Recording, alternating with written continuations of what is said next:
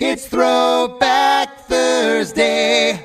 Hey everyone, it's Throwback Thursday once again here at DeMakes a podcast. And this week, we're taking you all the way back to April 19th of 2021 when Blake Schwarzenbach sat in to discuss the writing and recording of Jawbreaker's Boxcar. Our listeners really seemed to love this one back when it came out. And if you're new to the podcast and haven't heard this one before, I hope you enjoy it. And if you're listening to it again, hell yeah, enjoy it again. At this point, we're pushing 200 episodes of DeMakes a podcast, and if you haven't done it yet, go back and peruse through our back catalog. There's bound to be a ton of episodes you'll love. And if you've been with us since the beginning, maybe you want to go back and revisit an episode that resonated with you, or maybe just check out one you missed. And oh yeah, don't forget to give us a 5-star rating on Apple Podcasts or Spotify. It really means a lot to Chris and I. Okay, let's get to it. Your Throwback Thursday episode this week from April 19th, 2021, episode number 47, Blake Schwarzenbach discusses Jawbreaker's Boxcar.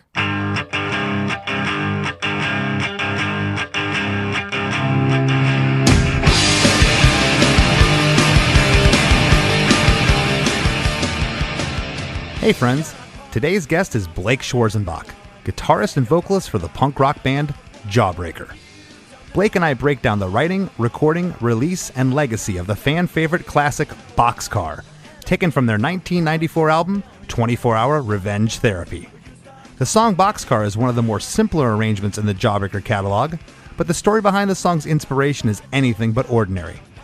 Blake shared how the song's roots can be traced back to the side of the road in France, while the band was on tour in the early 90s, what the song's title is in direct reference to, and how pickle juice played an ever so important part in bringing this song together. For all this and much more, lace up your Doc Martens and let's jump into this awesome episode. Hey, have you heard? Chris DeMakes a podcast. Hey, have you heard? Chris DeMakes a podcast. Hey, have you heard? Chris DeMakes a podcast. Hey, have you heard? Chris DeMakes a podcast. Man, I was trying to think of how I was going to set this one up. I'm not usually at a loss for words, but your band has meant a lot to me. My band, Less Than Jake, is from Gainesville, Florida, and you guys are just revered there. You always have been. As a matter of fact, that was the first time that I saw Jawbreaker was on Sunday, April 14th, 1996 at the Covered Dish. That was on the Dear You tour. I don't know if you guys played Gainesville before then. If you did, I was out on tour or something. Do you remember ever playing the Hardback? Oh, yeah. No, we played Gainesville a lot. We always stopped in Gainesville. I knew you did, and like I said, I for some reason had not seen you until the Dear You tour, and that's pretty crazy considering I knew that you had traveled through there before, and as I said, you were just absolutely like it was almost like you were a Gainesville band to all my friends that lived there at the time. So you guys released 4 records: Unfun in 1990, Bivouac in 1992, 24-Hour Revenge Therapy in 94, and of course Dear You in 95. And the track we're going to be talking about today is Boxcar, which comes from the 24-Hour Revenge Therapy record. So if you could take us back, was this song specifically written for that record, or was it written for Bivouac, or in between? It's interesting that you chose that song because it's probably our least interesting song. And also the one that was like written in about 10 minutes. But it has been like a fan favorite, I guess. Yes. Kind of is a good introduction to the band because, you get it all in a very short amount of time. And I'll tell you, my only recollection of writing that song was when we were pulled over in France on a tour of Europe.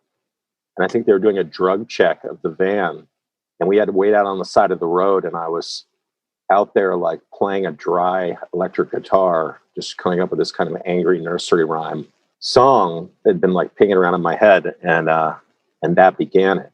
And then I probably nursed it along in my mind and memory. And when I got back to Oakland, I think I kind of finished it off. So was that on tour for the previous record, Bivouac, that happened, or? Probably. I mean, we were always like one album ahead of our output in terms of like we would tour a record that wasn't released and bum out our fans every time. That was like, we were always playing the record about to be recorded. Well, and back then you could get away with doing that because it didn't show up on YouTube right away and give away what your next record was. Yeah, it's true. You have to be a little more cautious. I did pick this song for a couple of reasons. There's some history between our bands that maybe you're unaware of, but we ended up recording a record with Rob Cavallo, and I was begging Rob in 2002 when we were doing the record because he had told me that you guys had re-recorded Boxcar for the Dear You sessions, and Rob's like, yeah, I'll get the cassette, I'll bring it in, I got it somewhere, and he never ended up, and it wasn't until YouTube that I ended up years later hearing that cut.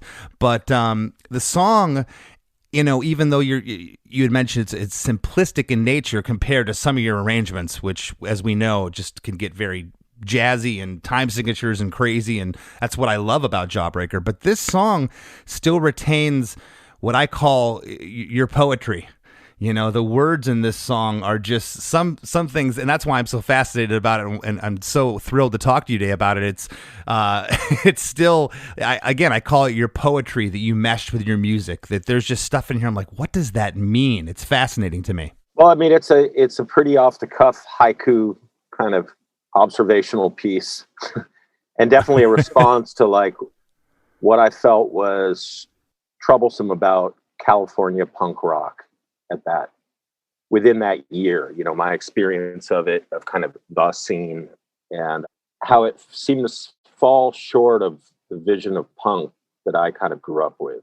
Like, I felt like it was a really heady and kind of sniping scene at times. Looking back, it's fucking beautiful. Honestly, like now it looks great. I welcome the backstep. No one cares anymore. But back then, it really did feel like people would get mired in these little squabbles that were like so outside of the kind of project of challenging received wisdom. Right. And this podcast is we deal strictly, mostly with songwriting. And I don't want to get too much into this, but if there was one band that I feel that got unfairly treated by a scene that was supposed to be all-inclusive, was Jawbreaker.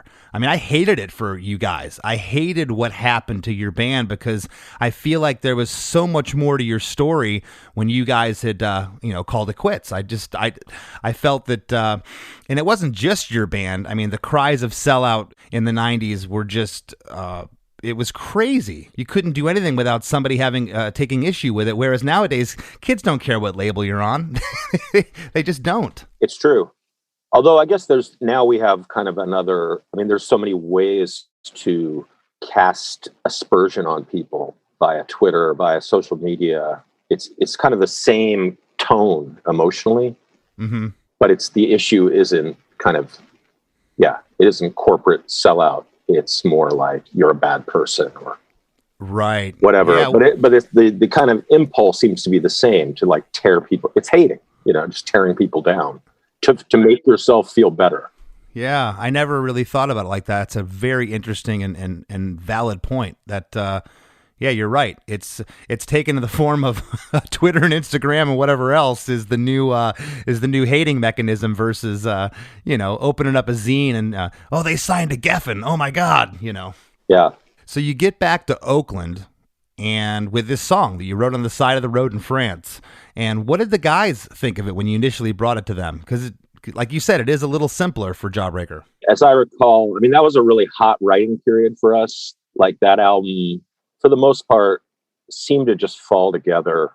Although we'd been, kind of carrying those songs along for a couple years, songs like that one just happened. And like Chris is such a great bass player, and Adam and I kind of have a real deep link, having gone to high school together. And we were just at that place as a band, which I'm sure and other band people know, is when you're on and people just like look at you or look at what you're doing and start playing. I think they wrote their parts almost simultaneously with me playing it. It was so direct. It was just like, all right, GCD. Chris was like on it. It was kind of I hate to use the term, but it was like a no-brainer. Like, you're going to go, build, stop, climactic, mini break. Like, it was all kind of like good songs. I think it was all almost built in to it. Like, the structure of it was just self-evident. Yeah, and that is a running theme on my podcast of songs that were written so quickly that just seem to fall together just in a matter of seconds or minutes. Sometimes those end up being the best and fan favorites in this case of bands. So I think you mentioned before you were playing this song live then, prior to ever recording it. Yeah, I'm pretty sure we were. I mean, it definitely became a song that people got psyched about. You know, they knew word got around the old way, you know, via mail or phone calls or whatever. You know, of like, oh, it's a song about like how you're not punk, and like that. I think that really appealed to people's sense of kind of how judgmental it could be, how, you know, that feeling of isolation that you get at going to a new scene or club or show, whatever. That kind of painful self-awareness. Right. And when you came back to Oakland, or I guess when you were on the side of the road in France, and you said you wrote the song, did you write like the guitar chords and the melody, or was the bulk of the lyrics there, or had you come up with those later? No, I think I just had the verse, the kind of the sing-songy part, you know. So the chords and the melody. Okay. And probably the killing cops probably came about because of the French police rifling through our van. That's awesome. I was never a fan of law enforcement, so it could have been any cops, but yeah, the French police, I've dealt with them before myself. They're not the kindest. So no, it was very fierce at that time. Like that border in particular, I think they were really out to bust people for hash or marijuana. Especially American bands coming through there, you know, they're just a red flag. They must have something in their van. Yeah. Do you remember when producer Steve Albini first heard the track and what he thought of it? Knowing Steve, I feel like that would not be his go-to track, nor in fairness would we be his go-to band. We were just, you know, a band that he had time for and felt he could engineer adequately. But like, it's not an emotional connection that I love Steve Albini. I mean, I love the records that he's produced, and I really enjoyed working with him, but it was pretty daunting, us being fans and him being a kind of standoffish guy. I've heard that about Steve, and for our listeners, Steve Albini's produced records from Nirvana, the Pixies, the Breeders, and many more. And I've heard, and I don't know if this is true or not, that Steve's more of an engineer. He's not going to really tell you what's on his mind as maybe a producer would someone like Rob Cavallo. Would you agree with that assessment? It sounds like he's just kind of back here a little bit. Absolutely. Yeah. I mean, he was very clear about that. That's his way of working with groups, is as a kind of a very accomplished technician, like just there to take a sonic snapshot of the band. Having said that, he's bringing all of his kind of power as someone who like really, you know, knows frequencies and sounds, to take what he thinks is the best portrait of that band. Where did you record the record at? That was at his house. He had a studio with like a control room up in the attic and the tracking room in the basement. So it was before electrical audio, like before his new, you know, studio now. And he lived in Chicago, correct? That's right. Yeah, Yeah. Okay. Well, we're going to get into the song now. There's a 4-second guitar intro. It's just a 2/4. And then from the 5-second to 12-second mark of the song, there's like a volume swell. And I almost hear, Blake, and it's funny, I don't remember ever hearing this, and I've listened to this song hundreds of times, but when I went to analyze this and really get the headphones on and get into it, is there a piano or keyboard underneath there? Like almost staccato notes going?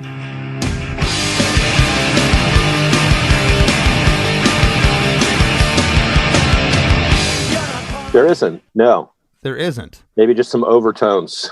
Do you know what I'm hearing though? Like right there, like between the 5-second and 12-second mark before the vocals start. I swear I'm hearing like a staccato piano going, or a keyboard of some nature, and would be very strange to think of Jawbreaker having that. But I guess you've cleared that up. It's not there.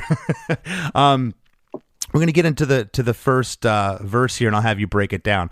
You're not punk, and I'm telling everyone, save your breath, I never was one.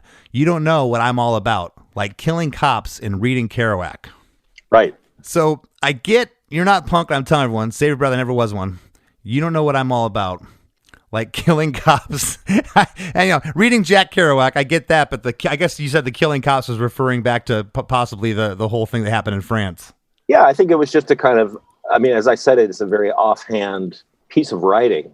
And it was like, hey, I'm about a lot more than just this little scene in the Bay Area or, what your version of kind of punk rock or underground music is. Like I happen to, have radical fantasies, and I like to read certain writers. And what was that like at that time? I know that you guys were just part adored in the Bay Area, but, what were some of those things you were going through, from people talking? I mean, at that time, it would have been in zines or just gossiping. There was no social media. The Bay Area has always been a kind of contentious scene. I think there's a lot of shit talk in there. And I think it comes out of Berkeley primarily, like Berkeley being a kind of seat of radicalism and discourse in the 60s. And a lot of the kids there grew up in kind of former hippie or radical households, or I don't know. There's just a tone that like makes you want to punch somebody. Sometimes when you would be at Gilman Street and some person would start talking to you as though they had your number. Mm-hmm. And I mean, I'm going to quote Adam. Adam had the best take on it. He's like, there's guys in the East Bay that just seem like they've never been punched in their life.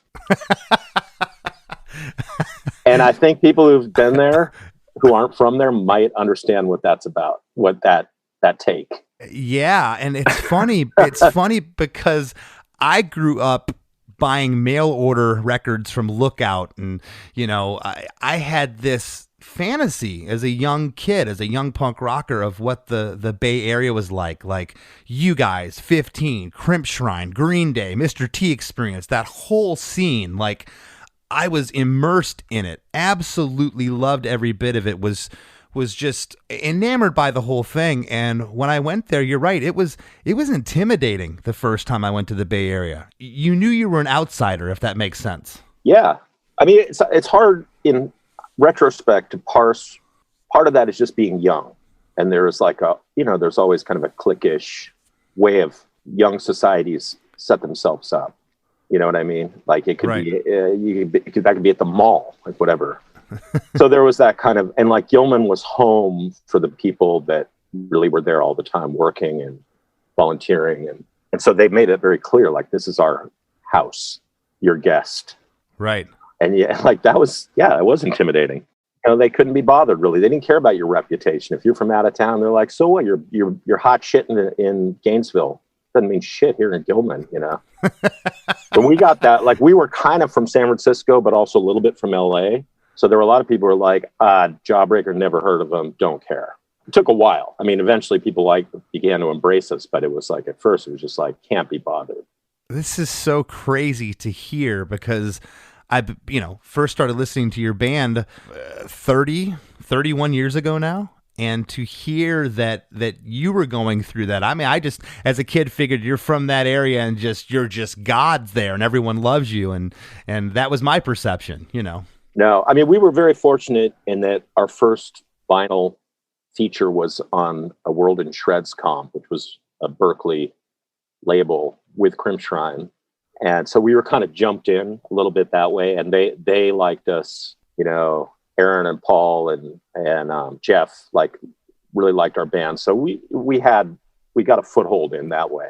Also, like, Gilman's kind of a transient community. At that time, it felt like, a lot of kids who left home would kind of show up there and start working and figuring their lives out, and then that whole group would kind of sometimes move on. So it was never like a fixed. There were some stalwart characters, but there were a lot of like young people flowing in and out of there. Interesting.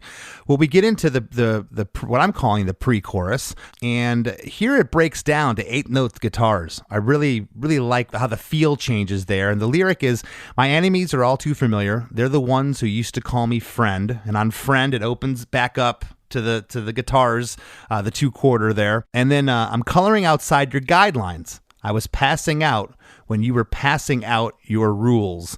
And it's really a cool chord climb that happens there. I'm coloring outside your guideline. I was passing out when you were passing out your rules. 1, 2, 3, 4, who's punk? What's the score? To set up for what is the chorus, but these lyrics here, let's break these down if you could. I think it's more of the same. I mean, it's the kind of rigid punk guidelines of the community, and that they're enforcers who thought like would tell you what was proper behavior and what was improper. And that was kind of a contradiction of that scene, I think, is that it was like, I think you were right in picking up on it being really fun, that there was genuine like horseplay and ridiculousness. And, you know, like, I think what drew outsiders to the Bay Area and Gilman was that it, from the outside, it appeared not to take itself too seriously. You know, with a band like 15 or Mr. T or something, like, it was a little goofy. Yeah, it was. And at the same time, I don't know if you can relate to this at all, but, you know, a kid from Florida back in the day when all I had was MRR and Flipside and whatever my buddies got in the mail, the 7-inch that week to talk about. And this is before I even got to Gainesville. But my whole perception of the Bay Area was your bands were so much tougher than like East Coast hardcore bands. Like, those are the bands that people thought were tough and mighty, but you guys just had a grit, a dirtiness to it that I didn't feel present in other scenes. I don't know. I just always felt that there was, even a band like Mr. T, who was goofy, there was still this somewhat of a grit to it to me. Well, I always felt I was drawn to the Bay Area scene because it felt more punk rock than the East Coast that I had come from, which was very much like rooted in hardcore at that point. And I just reflexively didn't dig the kind of jock culture of New England hardcore. You know, I love some of those bands and I went to some great shows, but like, that was not my world. And I was never going to make it in that world. And when I was introduced to punk rock, it was much more about like art damage, you know, like kind of fractured and also very creative. And I felt like the Bay Area was much more about that, like classic punk in the sense of like make your own clothes and, you know, have shitty amps and it should sound chaotic and kind of barely hanging together. A little more frayed. Yeah, and it kind of goes back to what you were saying, that whole Haight-Ashbury, the Berkeley, that whole kind of, you know, you guys weren't hippies, but, you know, you were doing a lot of the same things that they were, making your own clothes, making up your own fashion, you know, speaking your own language. Well, we were decidedly anti-hippie, though. Right. Because they were pretty bad, man. At that point in the Bay Area, that was pretty sad.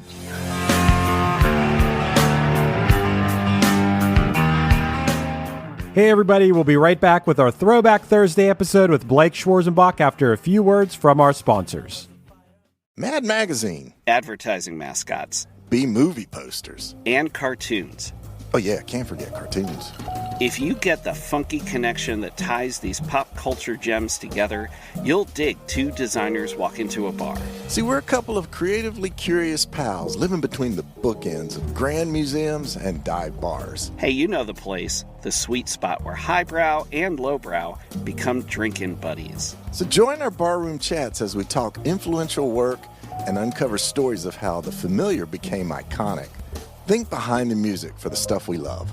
Check out our website at twodesignerswalkintoabar.com. And listen wherever you get your podcasts or visit evergreenpodcasts.com. I just smoked and watched you burn. Dreamed I was an astronaut. And now, back to our Throwback Thursday episode with Blake Schwarzenbach.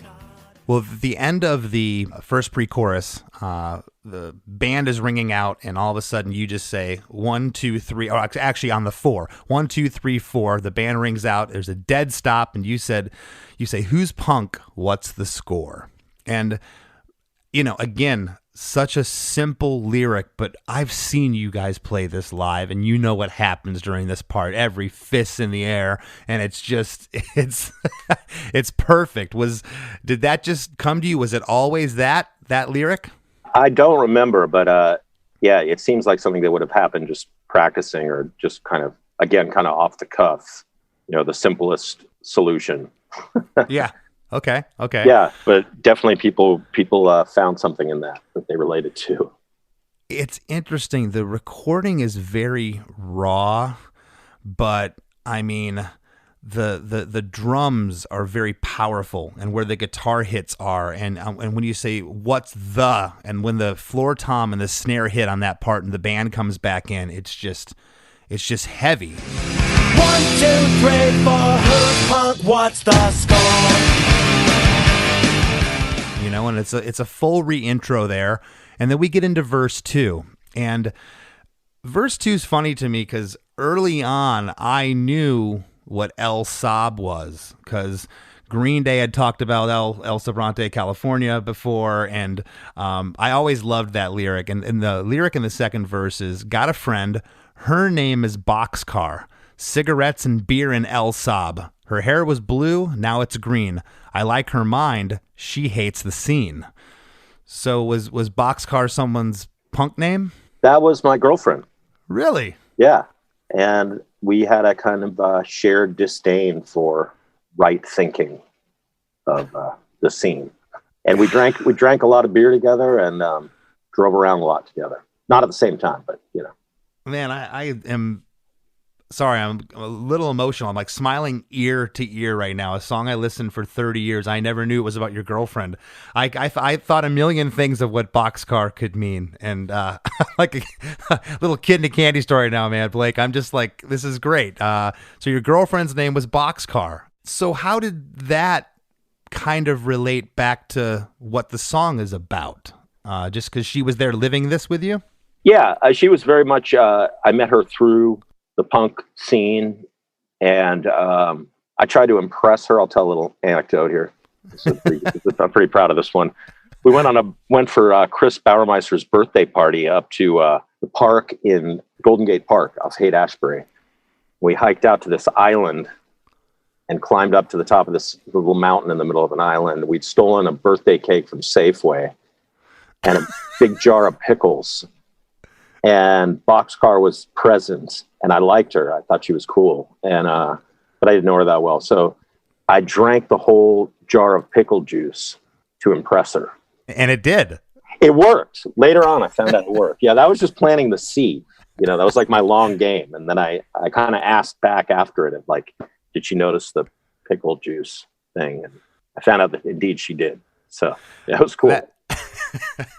That I did not at all think that I would have heard you talk about pickle juice today. That's awesome.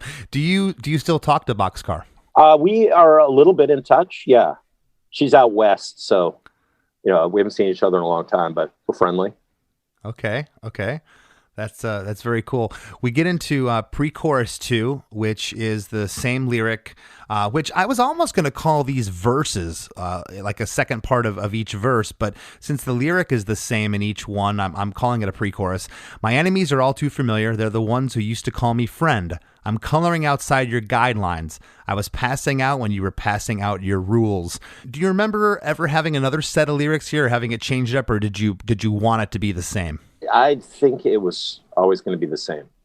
I mean, okay. I used to try to never repeat myself, but this song kind of seems like a song where you do repeat yourself. I mean, it's so four on the floor, kind of straightforward. Then that's why I asked you. Interesting you say that, because you listen to other Jawbreaker tracks and not a lot of repeating going on. Again, I've always likened you more to a poet than a lyricist, which a lot, there's a bleed over there, but it's like poetry. And this song, I think, lends itself, because of the simplicity, to having this repeat. Yeah, I mean, it's kind of anthemic, and you want people to by then they can know it. They know, they don't have to remember that much to sing along. Like right. 1, 2, 3, 4 is pretty, I think we can all retain that. Well, we get into chorus 2, 1, 2, 3, 4. Who's punk? What's the score? And it's funny, that only happens twice in this song, for such a huge part. And again, I don't know if you need to hear it more than that, because it is so simplistic. You hear it, and that's what it is. And after that happens, the intro guitar comes back in. It's just the guitar by itself. 2, 3, 4, who's punk? What's the score?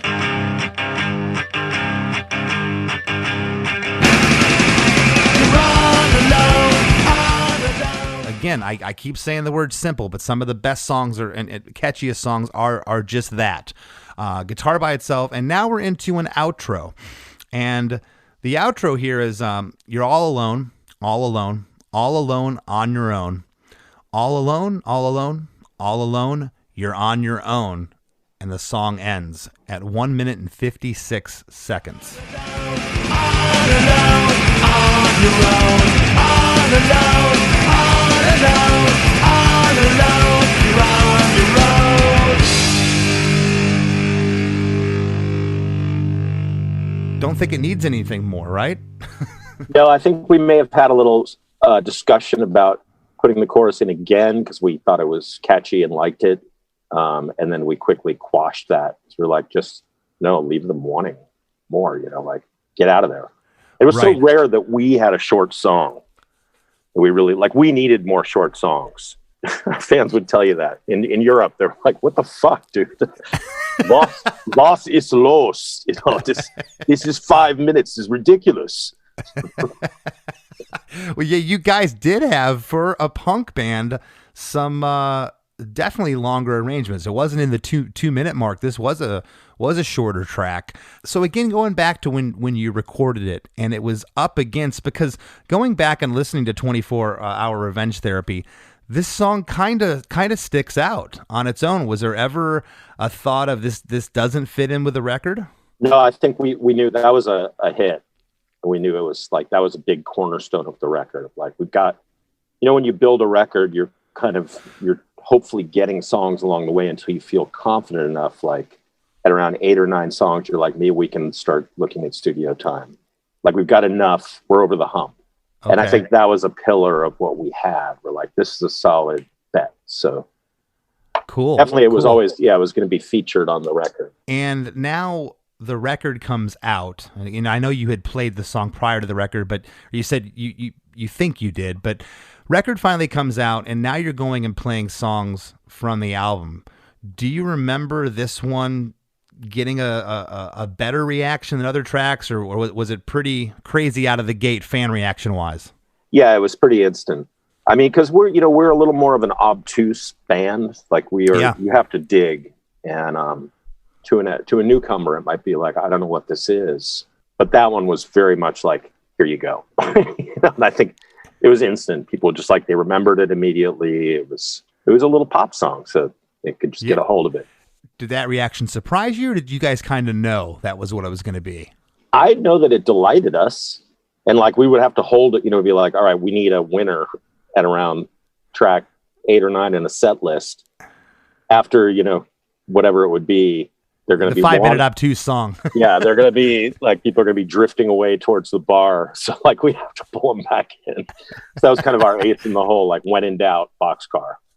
Right. Well, that is so cool though, because I've had songs that I've written, and I want to see if you can relate to this, that you're for sure that the fans are going to love it. And even the recording of the song's good. It came out, the tempo's right, the vocals sitting right, and you go play it live, and it just sits there like a dead fish in the water. And you might try it the next night, and finally you just drop it from the set list. You're like, it's not working live. And then there's some times where you're convinced the song's going to work live, and it does. And it sounds like that's what Boxcar was. You know what? This is a little pop gem. It's going to work. Yeah. I mean, we've definitely had those other songs, but we're pretty obstinate. If we liked a song and thought it was strong, we would just keep playing it until people either accepted or left. Yeah, that's a good attitude to have. Kind of like the whole Dear You record was a little bit like we put that out and it just sat there like a dead fish. Which is crazy to think, because it's kind of what I call revisionist history. There's people now, it's like, oh, I love that record. It's like, well, you didn't love it then, because I know fans of Jawbreaker that Dear You back then was not their favorite record, but now is their favorite record. It's funny how time has a way of changing your perceptions. Yeah. I talk to friends who do creative work a lot about this. I think we as artists kind of have unfair expectations in a way that if you look at art through history, it's very rare that someone's art is appreciated in their lifetime. I mean, music's a little more quick, but nonetheless, deep creative work, you're lucky if anyone's paying attention. And so I try to keep that perspective of sometimes you just got to keep on the road, and ultimately you're doing it for yourself. And yeah, if you're waiting around for people to tell you to keep going, you're gonna run out of air. For sure. Well, you mentioned at the top of the show, that you were surprised that I picked this song, and it was, for me, it was more about the story, and I wrestle with this with the show. Like, do I go for like the fan hit, or do I go for the song? Like, I would have loved to have broken down "Save Your Generation." The key changes in that song are just mind-boggling. That's the Jawbreaker that I know and love, and I love Boxcar equally, but they're completely different worlds, you know. I did notice when I was researching the song that on the 24-Hour Revenge Therapy 20th Anniversary Edition, there's an alternate version on there. It almost sounds like a demo. Is that what that was? I don't know, actually. Adam would know that because he's kind of our archivist and has all the tapes. It's funny. It almost sounds like the same take, but it sounds like you're playing through like a, I don't know, like a really bad tube amp or something. Like, it's just the guitars sound different on that particular take. And I do want to touch on the Dear You sessions. And Rob had told me, and I don't know if this is true, Rob Cavallo, I had asked, well, why was it left off of Dear You? And he said it just didn't seem like it fit in on the record. Was that the case? Yeah, I thought it felt a little desperate to me. Like, the label really wanted, they felt it was a strong single and introduction to the band, but it seemed kind of cheap to us to like include what was already on our last record, and our base would know that, Mm-hmm. So, they could go buy the third record. Well, and it's funny because Dear You sounds so much different than 24-Hour Revenge Therapy. Production-wise, everything. Rob's just a different producer. Sonically, Dear You, it sounds way cleaner. I absolutely love it.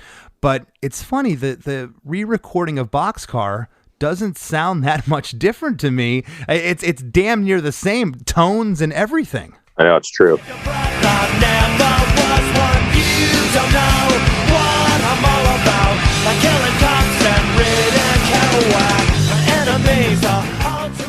Hey, that also was another reason. It's like, we haven't changed it. We haven't improved on it at all. So why add it? Like, even if the guitars are technically wider, it doesn't beat the original. The original is like got all the spirit. Yeah, it's funny you say it doesn't beat the original. It's almost so samey as the original that, why include it again? Why not just include the original, tack it onto the record? Yeah, it felt like a cover in a way. As everyone knows, you guys took a long hiatus, and I believe it was 2017. Was that the Riot Fest show when you guys came back? Yeah. Okay, and you're looking down the set list, Boxcar's next, and you go into it. What did that feel like? Because I know the place exploded. I've seen the videos. Yeah, well, we did that first, and it was, again, kind of like the song, like a no-brainer. We argued a bit like, well, we could be like challenging and put something really hardcore up front for the fans. But then it just seemed like, you know what, this isn't like rocket science. It's people who want to see the band after a long time, and like, let's just start with, this is going to be fun. So it was a bit of a gesture of goodwill. And like, also, we just knew technically it's not one you have to think about that much, except for me, like hitting my toggle switch to get from quiet to loud, which I probably almost missed. But it was, it's like it's a muscle memory song. So you're just like, we made a rule, like, we're going to be so fucking terrified for the first 15 minutes of that set that let's keep it on shit we're really confident about. Autopilot. Yeah. Adam had suggested actually Save Your Generation. He thought that would be the killer opener. And I agree, like, the logic was sound. It's like, that's a good way into a set because it's kind of walking the plank, just the singer and the guitar. But to me, that was a nightmare. It's like, I suck at downstrokes, first of all. So it's going to be my like clubby, I do like up and down, even if it's supposed to sound like in front of 60,000 people at Riot Fest. Yeah. I was just like, there's so much room for catastrophe here. Let's just go with like the balls out, track. So it was a great opener. And definitely I was looking down I didn't look up till 15 minutes into that set. Yeah. I was just staring at into my own mind, like keeping myself level and just keeping space so I could let lyrics come forward and all that. Before we wrap up here, in all those intervening years in between the breakup, of course, you formed Jets to Brazil. You guys had what I consider really, really great success. Many bands would give their eye teeth to have the success you had. But in the back of your mind, Did you know that the legend of Jawbreaker was growing? Did you know that eventually you were going to be on stage again, or did you want to let the beast lie? I really didn't think we would be back together. And I felt the legend grow because that was the first thing that hit Jets to Brazil in the face, was like all the people that didn't seem interested in Dear You were there screaming at Jets to Brazil to be more like late period Jawbreaker in the beginning of that band. So it was really tough on my bandmates because they were like, what the fuck, dude? Like, don't they know we're in a different band? Yeah.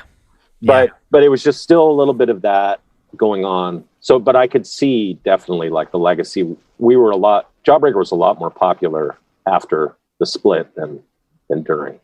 I've told people that I saw the band, younger fans of my band that I'd see on the road, and we'd get to talking about punk music and stuff. And, they never had a chance. They were too young to see you guys. And it was just, you saw Jawbreaker. I mean, people literally freaking out. And I know you had to have felt that, what I'm calling the legend grow. And then finally it just culminates with you guys at Riot Fest. And that had to give you, I don't know, some kind of closure, so to speak, on what had happened to the band. Because again, I feel you guys were unfairly treated by the press, by the fans, for going to a major. It was just uncalled for, in my opinion. It did feel like a certain vindication, mostly because it was so joyous, Good. But Riot Fest was the right place for us to do it. Just like the whole culture of that festival is so in tune with where we come from, and they're so about music and about having a really good time. Yeah. So like they took great care of us. Yeah. And I think we all felt a little bit resolved. Good. Certainly like I love the feeling of walking off that stage after we just thrashed it. And like the relief was palpable between all three of us, like so much history and damage and joy too, but like a lot of sadness, it wasn't fixed, but it was like, it was seen. and I'm going to tell you something from the punk community. And I think so many years had passed, all those sellout and all that crap and everything that happened, that, time does a certain way of healing things. Nobody in the punk community, nobody that I knew, everyone was stoked you guys were coming back. It was like arms in the air. This is a victory. Everyone's happy. This is not a bad thing. There was no shit talking. It's like, fuck yeah, Jawbreaker's playing Riot Fest. We were stoked, and just congratulations on having that resolve. You guys deserve it. You're absolute legends, and I want to thank you from the bottom of my heart for being on the podcast. Thanks, Chris. I appreciate it. If you could save yourself, you could save us all.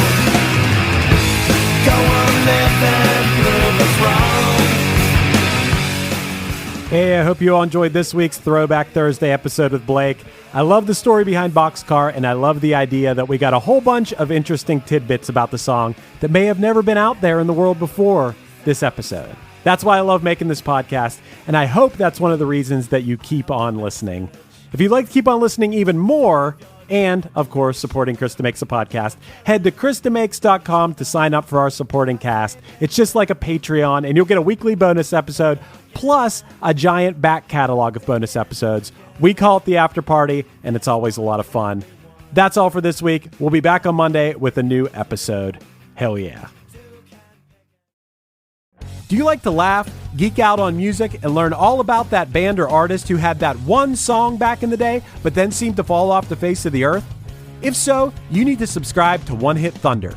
Together with an array of interesting and hilarious guests, we do a weekly dive into one-hit wonders like Eiffel 65's Blue, Krayshawn's Gucci Gucci, EMF's Unbelievable, Delamitri's Roll to Me, Los Del Rio's Macarena, Musical Youth's Pass the Dutchie, and even Patrick Swayze's She's Like the Wind.